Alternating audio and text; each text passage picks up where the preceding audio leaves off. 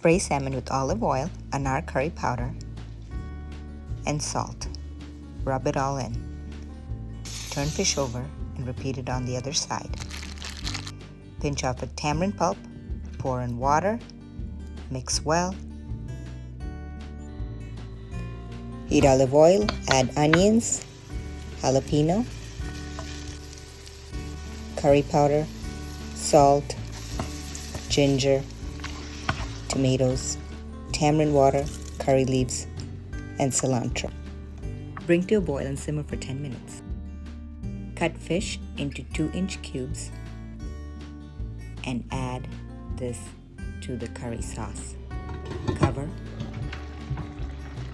bring to boil, simmer for 20 to 25 minutes, and voila, tangy fish curry.